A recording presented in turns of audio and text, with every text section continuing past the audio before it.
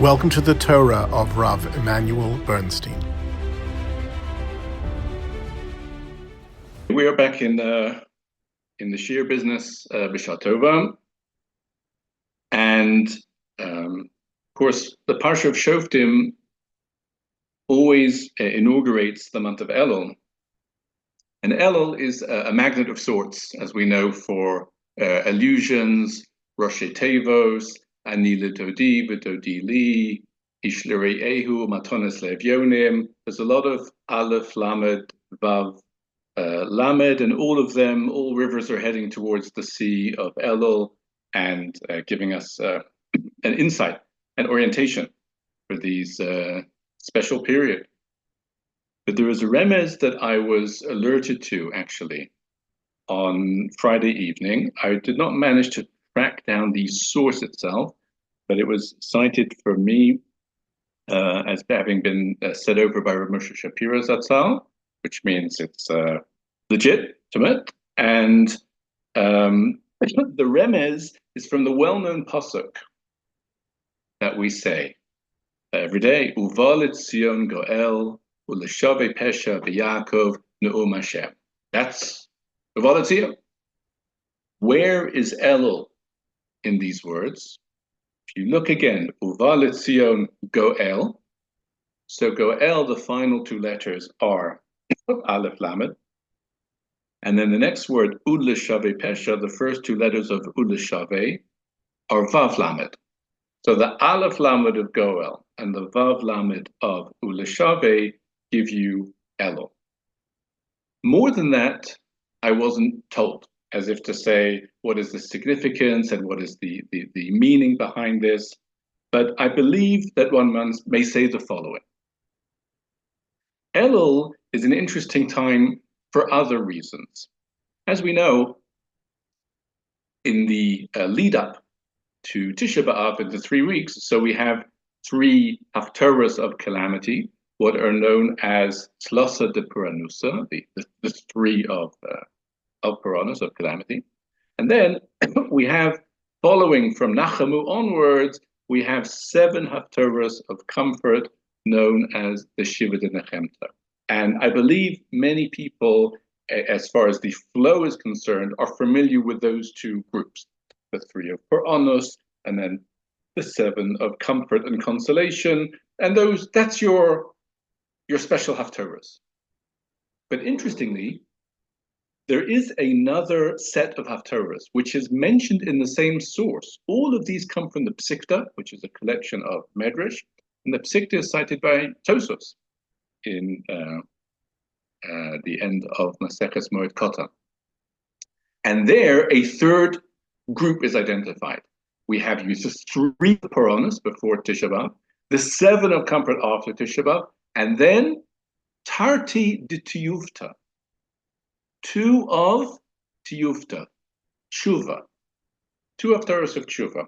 What are the 2 haftarahs of Teshuvah? So the Psikta says it is the haftarah of Dirshu on Tzom Gedalia afternoon, which is about Teshuvah, and then also Shabbos Teshuvah Yisrael. Interestingly, the Psikta doesn't deal with the haftarah of Rosh Hashanah or Yom Kippur. But now we have the 3 groups: calamity, consolation, and Teshuvah. And once we have all 3 of them in front of us, there is room to ask a very simple question.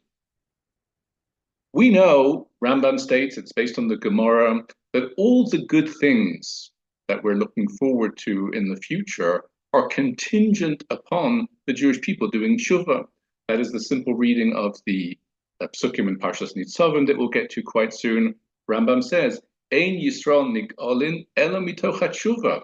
Teshuvah is a prerequisite in order to bring all the good things about. If that's the case, and you have 2 haftarahs of Teshuvah, it's very interesting that we seem to have inverted the order of the sequence here, of how things should be, in the sense that we start with Puranos because that's how it all began. But in terms of how things will then get better, Teshuvah is the juncture Teshuvah is what actually brings about the change from Onus to Nechama. So if that's the case, at the risk of asking a Balabatisha question, perhaps the order should have been the 3 of calamity, and then the 2 of Teshuvah, which are the catalyst for the 7 of Nechama. And how interesting it is that we don't do that. We talk about Nechama and we talk about Teshuvah afterwards. Halo Davarhu, a very interesting observation. And this question is addressed by one of the great Balei HaMusar of the previous generation, Reb Shlomo Bravda, his name. Some of you may be familiar, he was American born.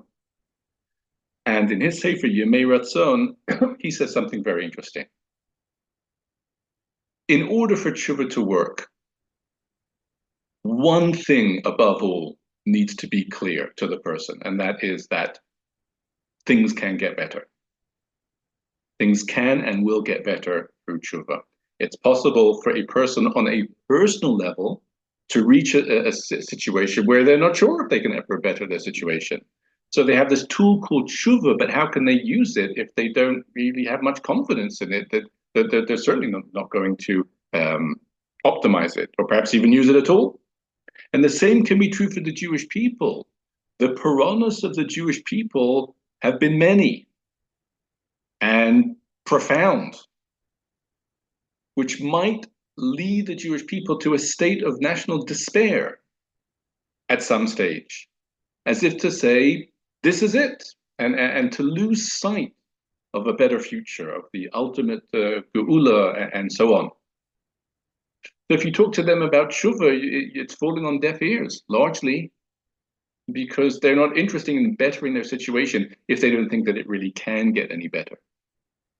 To that end, as a prelude and as a crucial prerequisite and introduction to the times of Teshuvah, we don't even talk about Teshuvah. For 7 weeks, all we talk about is Nechama. The geula will come. Times will get better. Jewish people will be restored to their former pride and glory, so will Yerushalayim, so will the land of Israel, and all good things will happen. Now, it's true. We need Teshuvah in order to make them happen. We'll talk about Teshuvah when we get there. Much more important to emphasize that the Puranos were never the end result. They were never the desired goal. They were a necessary means, but the desired end is always that of geula. If that can get instilled into our system, and it does, over the course of these 7 weeks, now we can talk about Teshuvah, because we engage in Teshuvah as something that it's clear to us that can make a difference. So this is very interesting, because Elul is a kind of a blended time in this way. On the one hand, there is a notion that we're getting ready to do Teshuvah. There are turns in that direction. We start to hear the sound of the shofar, and we think of Elul as a month of preparation, whatever that preparation looks like. That may well be, but how very interesting it is to note that the envelope of the month, as far as the Haftorah is concerned, all you will hear for every single Shabbos during Elul is Nechama.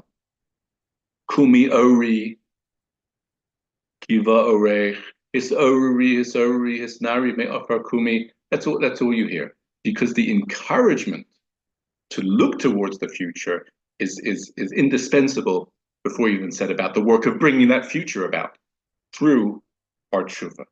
So this was Bravda's, I believe, very profound insight into the order of the Haftorahs, first Nechama and then Teshuvah.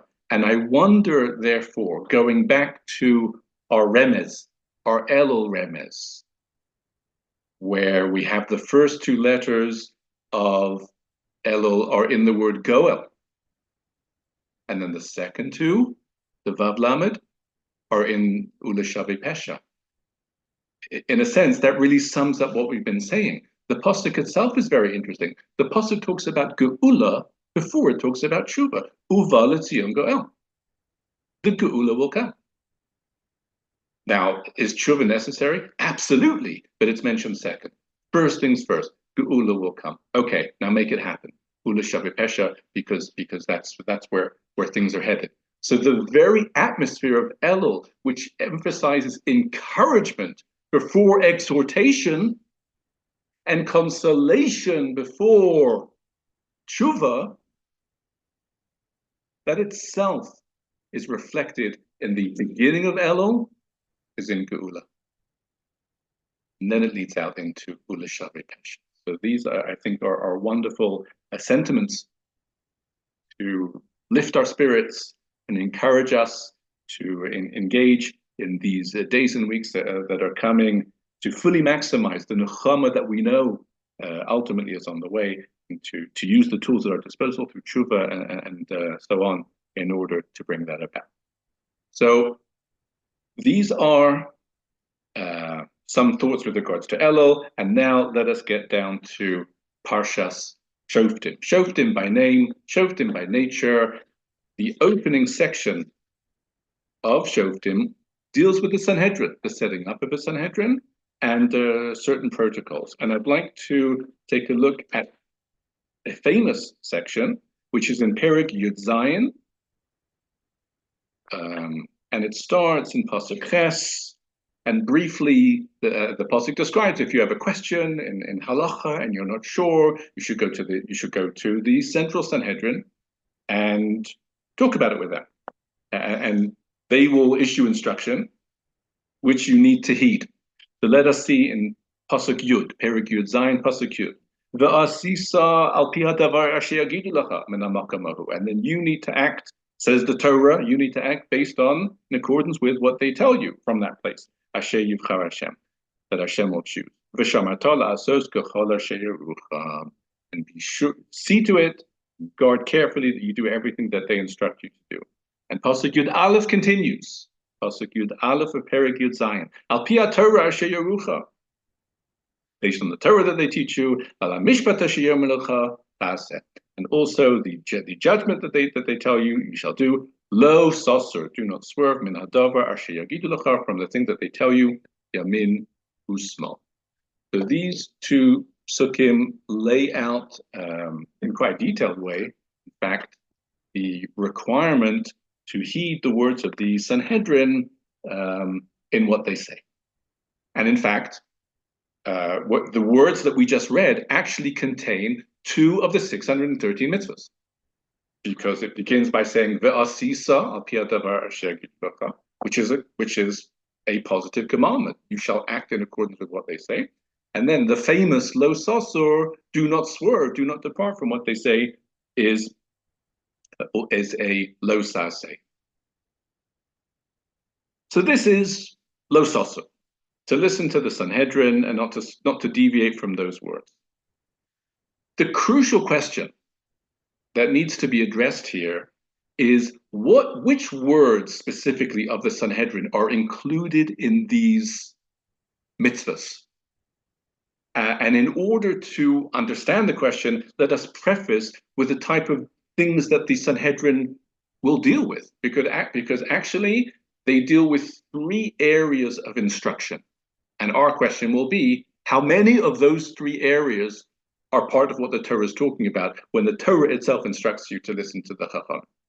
What are these 3 areas? The Rambam lists them in the Sefer HaMitzvos, of course, discussing the mitzvah of Lo Sasur, and also in the beginning of Hilchos Mamrim in the Mishnah Torah. Firstly, says Rambam, they are the transmitters of Torah traditions from way back when. Every generation transmits them to the next generation. So that's transmitting information. That's area number 1, about the mitzvahs. Area number 2, they will need to paskin concerning the mitzvahs. And that's how it all began. You have a shaila, you're not sure. Is this mutter on Shabbos or asur on Shabbos? And so on and so forth. Is this kosher, is this not kosher? All of these relate to Torah matters, and the question has arisen, and the Beis Din needs to arbiter and render judgment in this de'oraisa matter. Is this mutter or asur on Shabbos? And so on. That's the second area, and that may take the form of darshaning psukim.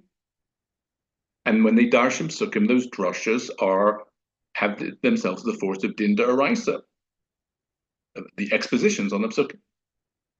But there is a third area that is in the purvey of the Sanhedrin, and that is to institute enactments, some positive and some preventative, muktzah, and all the rabbinic fences that protect against violating an Isser Torah. They're what we call D'Rabbanan, because they're from the Rabbanan. And now the question is, how many of the above three, if we just summarize them so they're completely clear? Number one, transmitting Torah information from previous generations. Number two, expounding psukim to resolve new situations. And number three, rabbinic enactments. How many of those three are included in what the Torah is talking about when it says, instructs you to follow the Sanhedrin and not to deviate from those words? Says the Rambam, famously, all three. Both the words of the Rabbanon about D'Oraisa matters, transmitting information and darshanim sukkim, and also the words of the Rabbanon that are protective in nature, or enactments, or fences and measures, are also included in the Torah's mitzvahs. And in fact, the Rambam describes this from within the psukim that we just read. Because actually, go back to Pasuk Yud Aleph. Pasuk Yud Aleph describes three communications from the Sanhedrin. It reads, Al pi Torah sheyerucha. That's number one, the Torah that they teach you. Number two, Val hamishpat sheyerucha taaseh, the judgment that they render. And then it says, Lo sasur, do not swerve, min hadavar asher yagidu lecha, the matter that they teach you. So we have the Torah they teach you, the mishpat they teach you, the davar that they tell you. The pasuk has specified three areas. Says Rambam in the beginning of Hilchos Mamrim, Hareyu Omer, Al pi haTorah asher yerucha. That's the first phrase that we quote, that we read from this pasuk. Elu hagazeres v'atakonos. That's the protective measures and enactments. V'minhagos. Ba'ala mishpat asher yomer lecha. What about the second phrase? Those are things that they learn. Shalom osam minadin, ba'achas midas shatorah nidreshes bahem. Darshanim psukim. And finally, mikol hadavar asher yagidu lecha, anything that they inform you about. Zo kabbalah shekiblu ish mipi ish. So it's amazing to get exposure. This does not happen very often, I don't think, in the Mishnah Torah, that we get a window into the parshanut of the Rambam. This pasuk, which we read, says Rambam, there's three things here, and there are three domains, and they're all included. This is the position of Rambam. And needless to say, the chiddush here is obviously the third category, namely, even things that are absolutely a product of the Rabbanon, their enactments and preventative measures, are also covered by the Torah's commandment to heed them. From a certain point of view, you could say, ultimately, every D'Rabbanan is covered by a D'Oraisa. That's really what the implications of what the Rambam is saying. This position of Rambam is famously disputed by the Ramban in this final matter. The Ramban, in his critical commentary to the Rambam Sefer HaMitzvos, writes at length on this matter, and as far as the Ramban is concerned, it is only the things that the Sanhedrin say that are about dinim d'oraisa, Torah law itself, that's what's covered by the Torah law, to listen to them. So if they give you information about a mitzvah from the Torah says, listen to them. If they darshan a pasuk with regards to din Torah, listen to them. That's covered by the Torah. But the things that the Rabbanon say, which are pure D'Rabbanan, preventative measures and siyagim and takonas, etc., that is not covered by the Torah. It's D'Rabbanan in inception, and it's D'Rabbanan in nature, and it has that's its level, that it's not D'Oraisa. Interestingly, if we would pause, and this is of course a major discussion, as we can appreciate, if we would pause at this stage, there's a lot that goes into each of the sides. But in terms of parshanut, I think we could say that looking at the psukim within the context of a parsha shir, one can understand a little bit where each side is coming from. After all, don't forget, The background to the Torah's discussion of listening to the Sanhedrin is if you have a shaila about a mitzvah. That's Pasuk Ches. We've read Pasuk Yud and Yud Aleph, where the Torah says, listen to the words of the Sanhedrin. But how does it all begin? What's the context of this mitzvah? It says Pasuk Ches, Ki palei mimcha davar la mishpat. What if you are uncertain about a matter of mishpat? Beidam ledam, matters related to blood, beidin ledin, beinega lanega. These are all d'oraisa things. There's the Torah, Bekamta, Va'alisa, Elamakam, go up and ask the Sanhedrin. So I think, again, leaving other considerations aside, if you look at the flow of the psukim, it all begins by a question about a d'oraisa issue. So when the Torah says, heed the words of the Sanhedrin, I think we can understand the Ramban's position that we're talking about d'oraisa things. The Torah didn't speak about Rabbanan. That's Ramban's position. On the other hand, the Rambam has already stated the basis of his position. You have the Pasuk Yud Aleph just keeps on going. You have the Torah and the Mishpat and the Davar. So Pasuk Yud Aleph basically opens up the whole thing into every sphere that the Sanhedrin deal with. In other words, according to the Rambam, Pasuk Ches, which says you have a shaila about a din Torah, that might be the background to the Torah's discussion, but it doesn't fully frame the issur that the mitzvah that the Torah will give. Ultimately, once the question has been broached, the Torah says it is every area that the Sanhedrin are involved in, not only the oraisa related things, but also their rabbinic enactments that are ultimately included in that very phrase-laden pasuk Yud Aleph. So these are the positions, and we're not going to get too invested into the discussion, but two classic points to raise, one on Ramban's behalf and one on Rambam. And I mention them because they're things with which we are familiar. So it's very interesting to see how they find their place within this discussion. Says the Ramban in his critical commentary to Rambam, I will prove to you that dinim d'Rabbanan are not covered by this issur, which of course is Ramban's position, taking issue with Rambam, are not covered by this mitzvah. Why do I say that? Because doesn't everyone know, says Ramban, that Rabbanan laws are dealt with more leniently than Torah laws? And what is the classic expression or demonstration of this difference? Question of suffix. If one isn't sure whether something is prohibited, when in doubt, does one need to go l'chumra, err on the side of stringency, or can one go l'kula? In this matter, again, there's many details, but we're just mentioning the principle. In this matter, we distinguish between whether it's Torah law or rabbinic law. Suffix d'oraisa, l'chumra. One needs to go l'chumra. Suffix d'Rabbanan, but if it's a Rabbanan law, I would say d'Rabbanan only, to use the phrase advisedly, it's l'kula.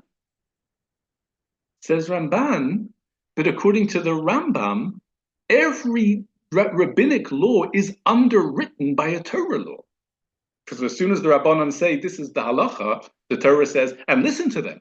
So every d'Rabbanan is backed by a d'oraisa. Which means if you're not sure whether something is Asur midrabanan, it's actually a suffix d'oraisa. Because if it is Asur, the Torah backs it. There should be no such thing as a suffix d'Rabbanan anymore. Every d'Rabbanan is a d'oraisa in d'Rabbanan's clothing. So why do we distinguish with them and are able to be lenient for a d'Rabbanan law? That's a serious question.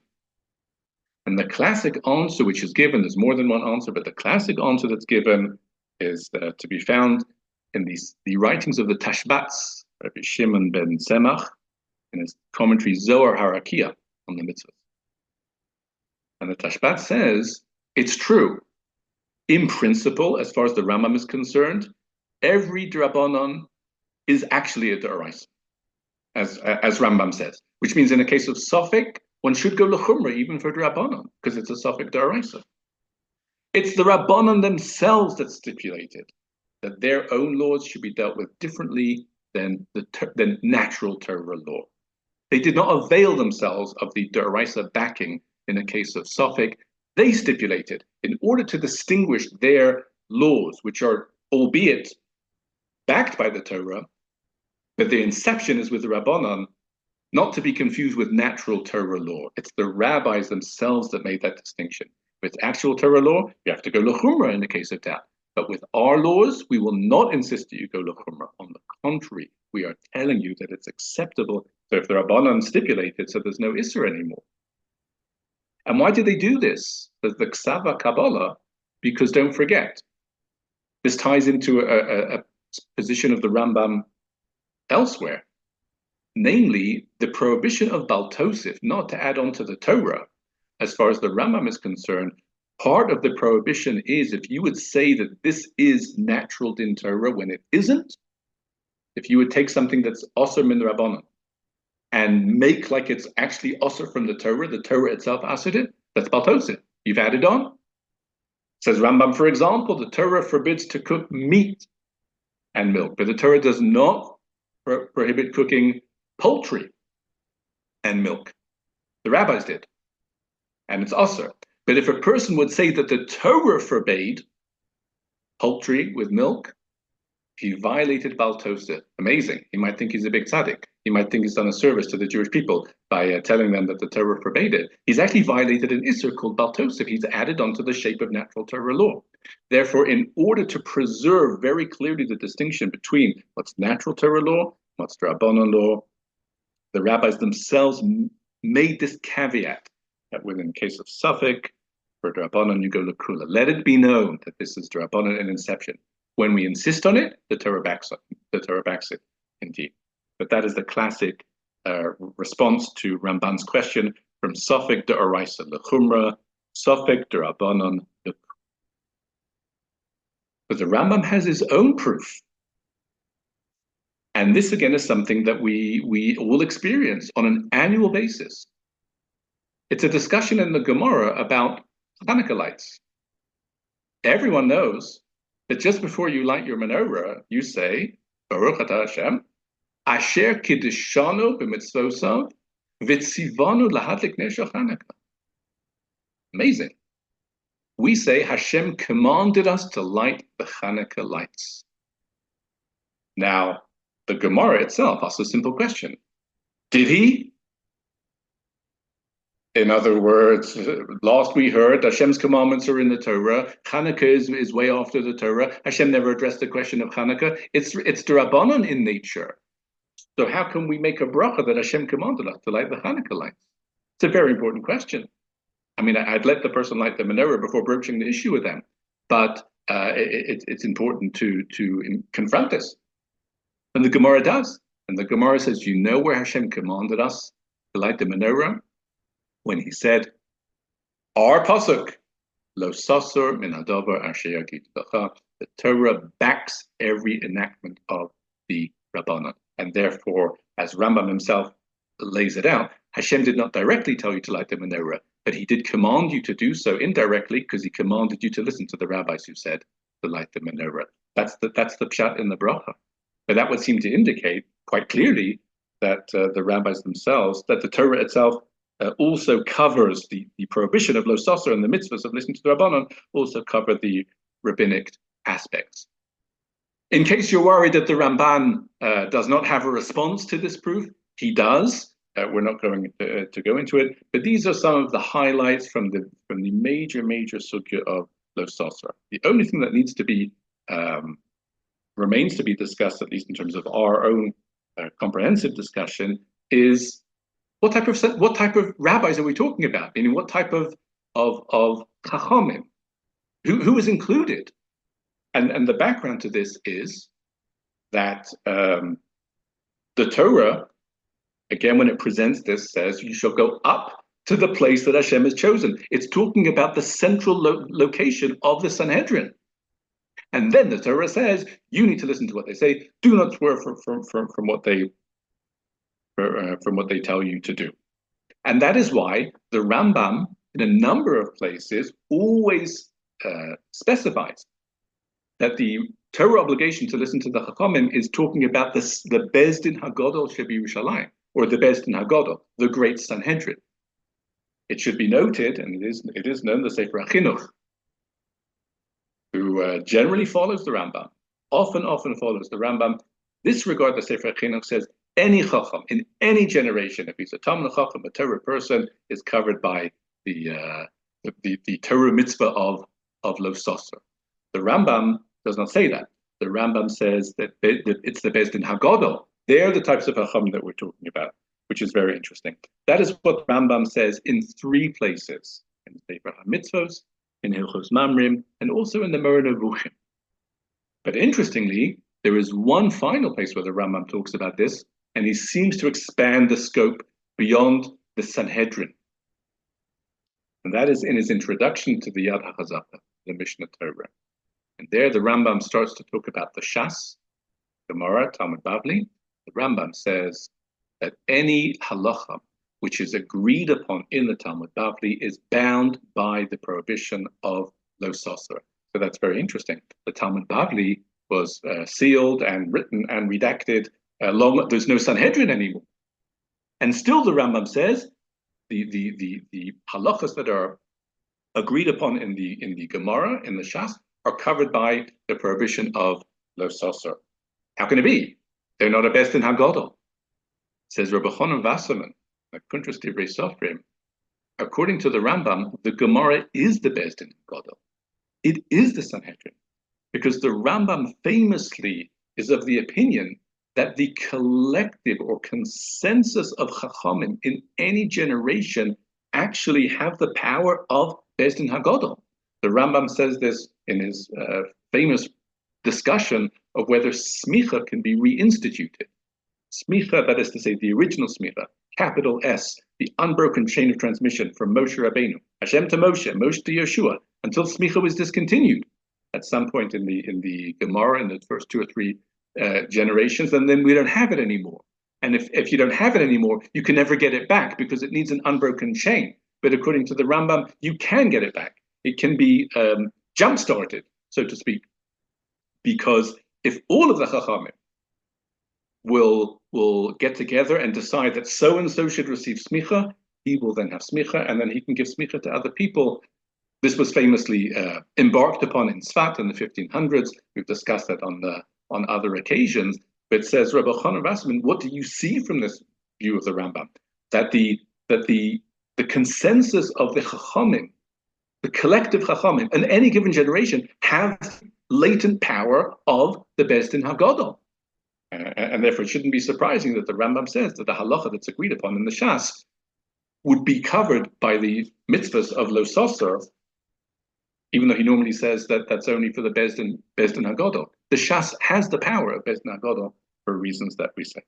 So these are, as we can appreciate, these discussions are long and detailed, but again, as we say, just some of the highlights, hard to look at Parsha Shoftim or take leave of it without having checked in with this famous discussion between Rambam and Ramban, which has ramifications and reverberations until our time with regards to Lo Soser. Having mentioned Pasuk Ches, I came across a comment this week. It is it chills the blood.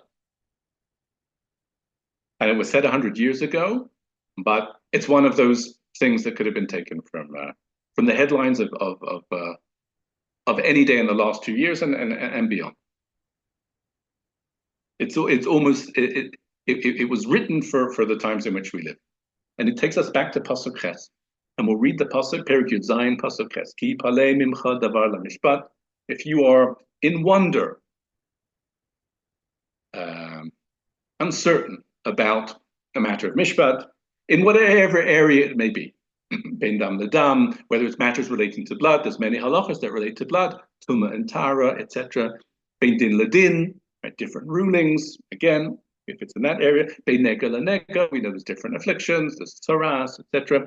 Any of these things, divrei ruvos b'sharecha, and it leads to differing opinions in your locale. So it's a stalemate.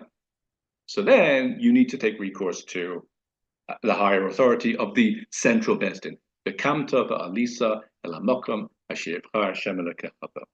That's Pasuk Ches, read and translated as straightforward as we can. As Omer Shapiro, there's an underlying message here. And it's about the Jewish experience. And how does it begin? Ki palei mimcha davar lamishpat. If you find yourself in wonderment about mishpat. What is mishpat? Justice. The Jewish people are liable to find themselves absolutely confounded by the whole concept of mishpat as it applies to them and as it applies to others. And it leads to just a complete bewilderment. How so? There's different areas. Number one, what is the first area of perplexity? Ben dam ladam, between one type of blood and another. All blood should be the same. So says justice. But you might find yourselves confused when it comes to justice, because you might discover that not all blood is the same. There are distinctions made between this blood and that blood. There's distinctions made between Jewish blood and other blood. And one of them is redder than the other. And you don't know what to make of it. And you don't know who to talk to. That's number one. The blood of a Jew is a different color. Any crime or atrocity perpetrated against them doesn't register on the blood meter. Somehow it didn't transparent. Number two, ben din ledin. What are the rules? What are the laws? What's expected of any group?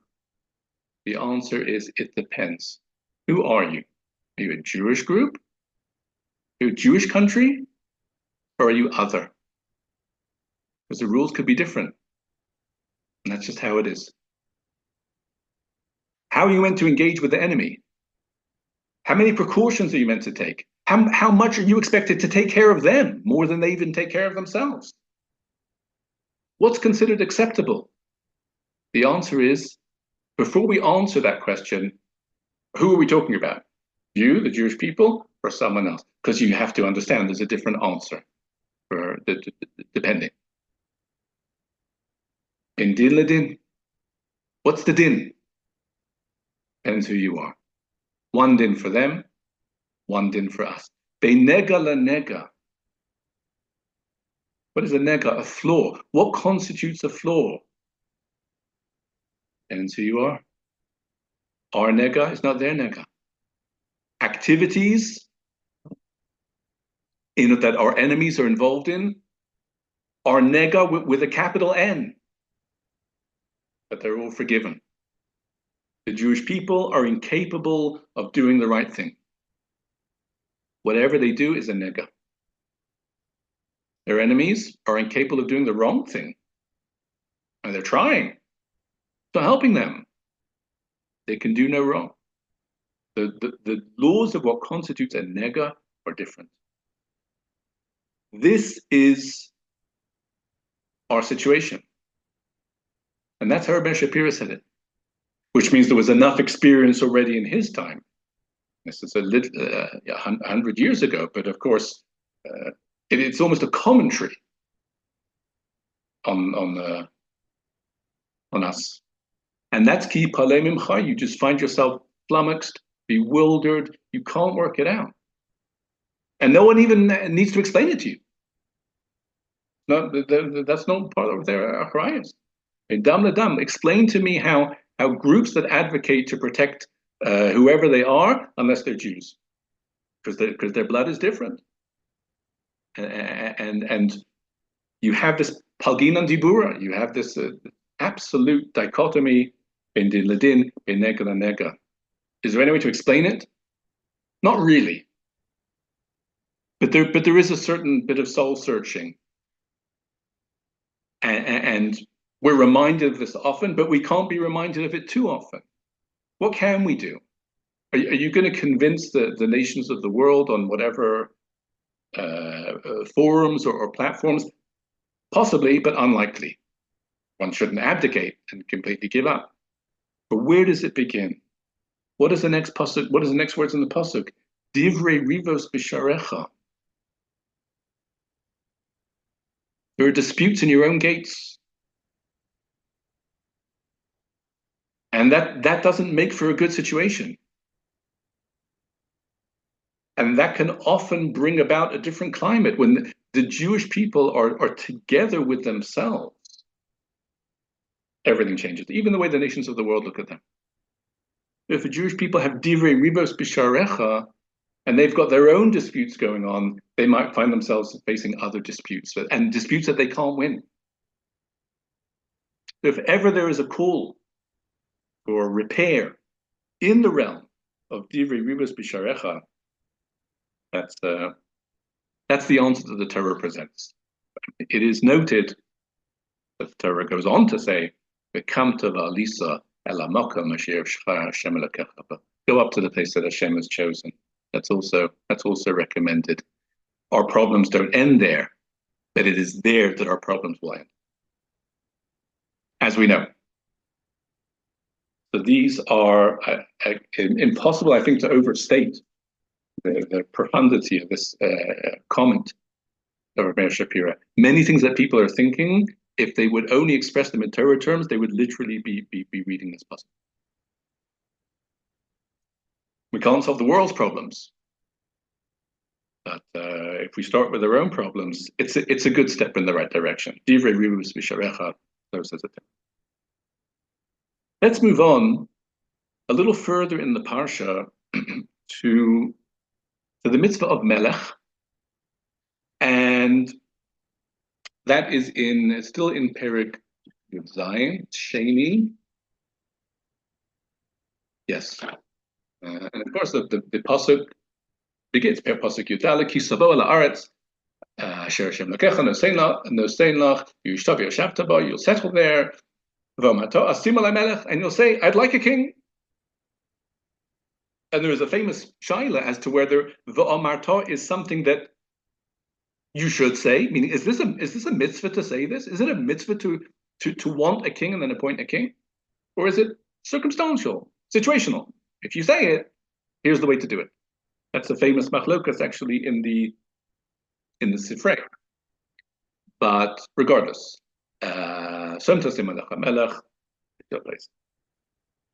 however, even if there is a discussion as to whether there's a mitzvah to appoint a king, it's clear that the Torah is not discouraging it.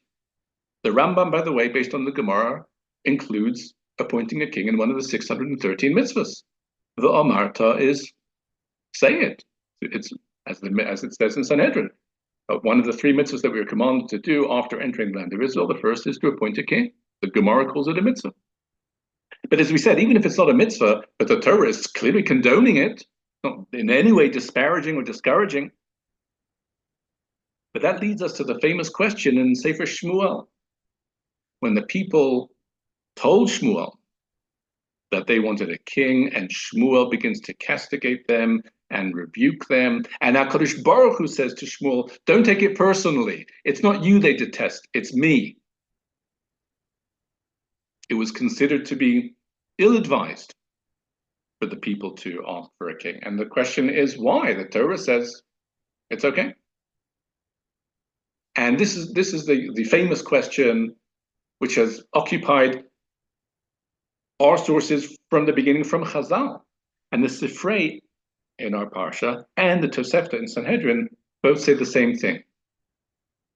There is a mitzvah. At least there are opinions that there's a mitzvah to ask for a king. The problem with the people at the time of Shmuel is that they asked for the king too early. It was a premature request. That's why it was condemned. Hikdimu lish'ol. They asked too early.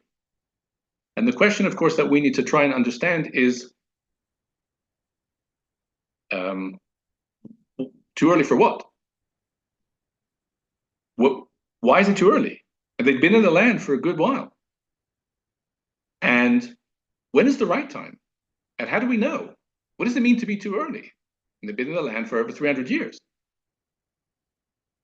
Why is that too early? And many Mefarshim explain, each one in their own way, what it means that it was too early. But I came across a wonderful explanation in the Sefer Ben Melech of Rabbi Bernstein, because it cuts to the core not only of what it means to be a king, but what it means to be the Jewish people. We call the Jewish people Am Hashem, or Hashem's people. What exactly does that mean? I mean, it means many things. We're the bearers of his message and keepers of his Torah. It means many things. But on a fundamental level, it means more than that.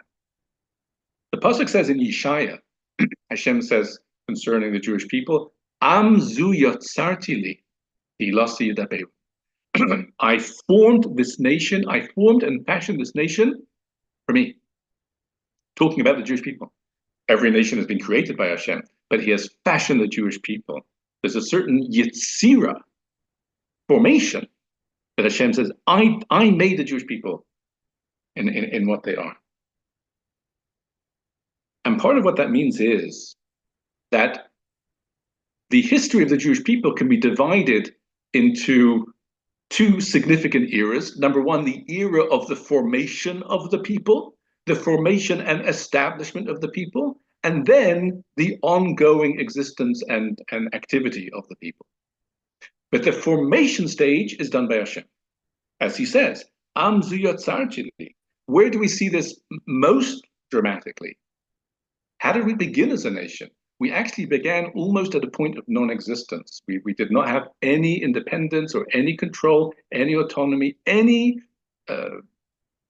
sway over our destiny. We're a nation of slaves. And Hashem took us out, but also Suvamosim with miracles. And what does that mean? It means that the emergence of the Jewish people as a nation takes place from almost zero until they're where they became, all happened through Hashem. Am zu yotzarti li. He is forming and fashioning the Jewish people. And this continued. It continued in the sense that we continue to be accompanied by miracles. We spend 40 years in the wilderness, that the Jewish people are still being formed, and therefore Hashem is directly providing for them in that way. And even the entry into the land of Israel, which is still establishing the Jewish people. Because when are the Jewish people fully established? When they're at peace in their own country, which is the land of Israel. So as long as they're on the way to doing that, they're still being established. And that's why the conquest of the land of Israel in the days of Yeshua, etc., was also accompanied by miracles. Direct, overt, divine intervention. The walls of Jericho and the sun standing still and so on. Because the Jewish people are still being formed. And as long as they're being formed, so then it's Hashem who is directly above them. The time has not yet come to talk about a king, because a king is a more temporal leader. His time will come. But his time will come when the Jewish people have been formed by Hashem. Hashem will then hand them over to his representative, who's called a king. People need a king. But this is why, says Ben Melech, when you look at the early leaders of the Jewish people, they're not kings in the classic sense of the word. Our first leader is Moshe Rabbeinu. It's true, Moshe has halachically the status of a king. But we don't think of Moshe as a king when we think of him leading the Jewish people. He is he's the Navi. Lo kam Yisrael Navi od Moshe. He is the Navi. But the king doesn't have to be a prophet. And in fact, in later generations, the king would have a prophet that he would consult with, but there's no requirement whatsoever that the king be a prophet. They're two different domains. But the early leader the first leader of the Jewish people was a Navi, because he is directly representing Hashem in terms of the divine flow, because the Jewish people are still being formed.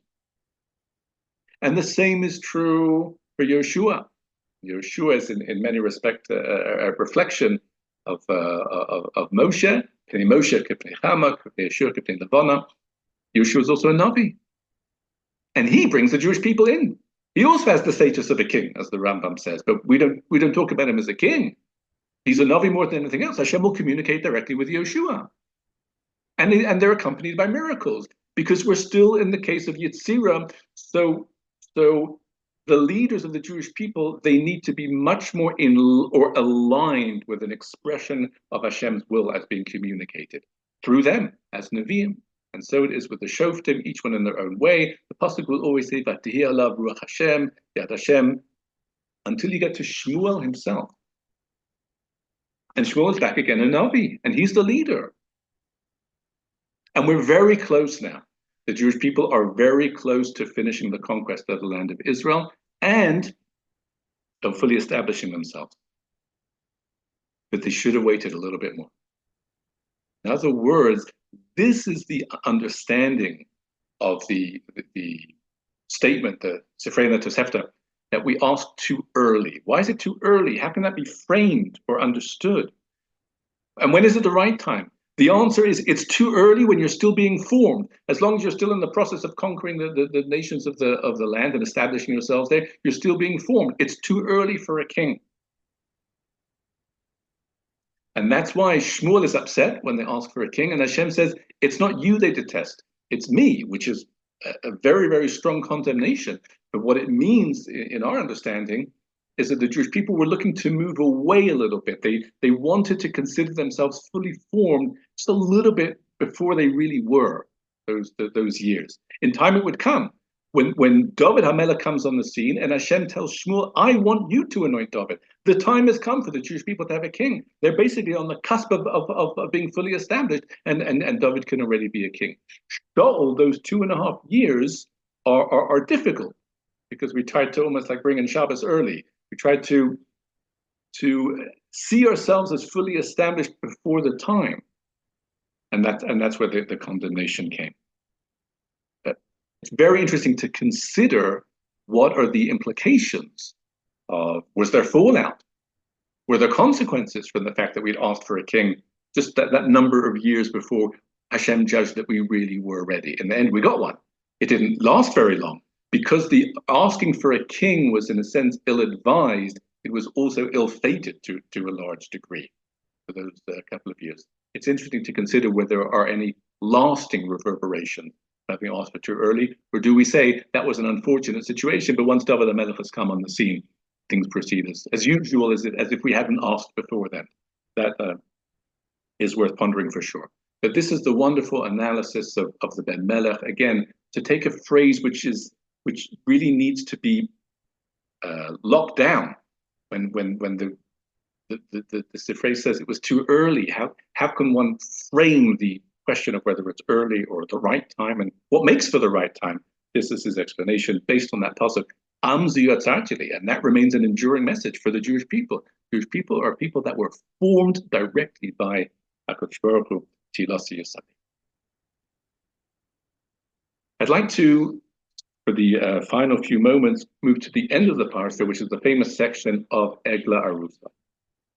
And as we know, it's very many details, an unusual mitzvah in terms of it's very, very specific. What should happen if a person's been found, killed, and no one knows who did it, and they bring this Egla, this calf, and they decapitate it, and there's proclamations, and everyone is there, and we've spoken about the mitzvah itself in previous years. But one of the famous psukim that are discussed is Maftir, actually, Perek Aleph Pasuk Zayin, really 3 psukim from the end. So the Bezdin comes down and they say, we didn't spill his blood. We didn't see. And of course, the Gemara cited by Rashi here is kind of a cast by the fact that the Sanhedrin should need to clear themselves of suspicion that they shed his blood. No one's suspecting them of that, but why do they need to say that it didn't happen? And that's why the Gemara famously says, and Rashi cites it, no one is ever thinking that they did. But what they're saying is, we're also in the clear in that there weren't any measures that we could have taken to protect him that we didn't take. And famously, as it says, we didn't just let him go.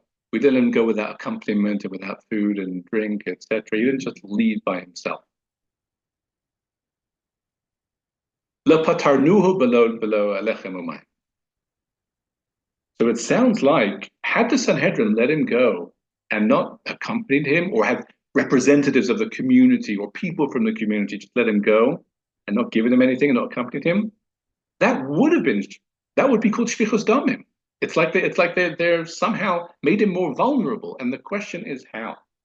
I heard from my father Zatzal many years ago that it could be down to the mood of the person, as if to say, as we know, when a person is in good spirits, so then they can take care of themselves much better than if they're dejected. Imagine a person who leaves, no one notices, and no one cares about them, and no one gave them anything, and no one accompanies them. That's almost like an accident-prone person. That's someone they look like an easy target, and maybe they are.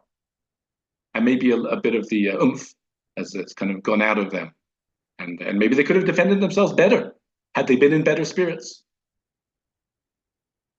I recall my father saying many years ago, the Maharal in the Chidushei Aggadah to Maseches Sota, interestingly, it's not in the Gur Aryeh to Rashi here, but in the Chidushei Aggadah to Maseches Sota, he says something which, again, very, very thought-provoking. And that is, the Rabbim always have more koach than the Yachid. We talk about the merit of the Rabbim, the power of the Rabbim. And of course, that's a power that accrues to every member of the Rabbim. Now, you're not always together with everyone else in the community. You might need to go somewhere. So the question is, when you leave, do you leave? And if you're not with them geographically at this stage, are you still part of them? The answer is, it depends. Have they made you part of them? Did they accompany you? Did they give you something? Are you still connected with them? You might be physically and geographically in one place and them in somewhere else, but if you're connected to them, you still have the power of the tzibur. You partake of that power, and that could be something that could protect you. And that is what the members of Sanhedrin are saying. We didn't just let him go. We didn't just leave him to be by himself. When he left as part of us and remains that way, which means if something happened, but the Sanhedrin can't be indicted. And this is now a fascinating idea, whereby your location, that's not the final word as to whether you're part of the community, as to whether you're part of the tzibur. It's whether you're connected to the tzibur, whether they're connected to you and whether you're connected to them.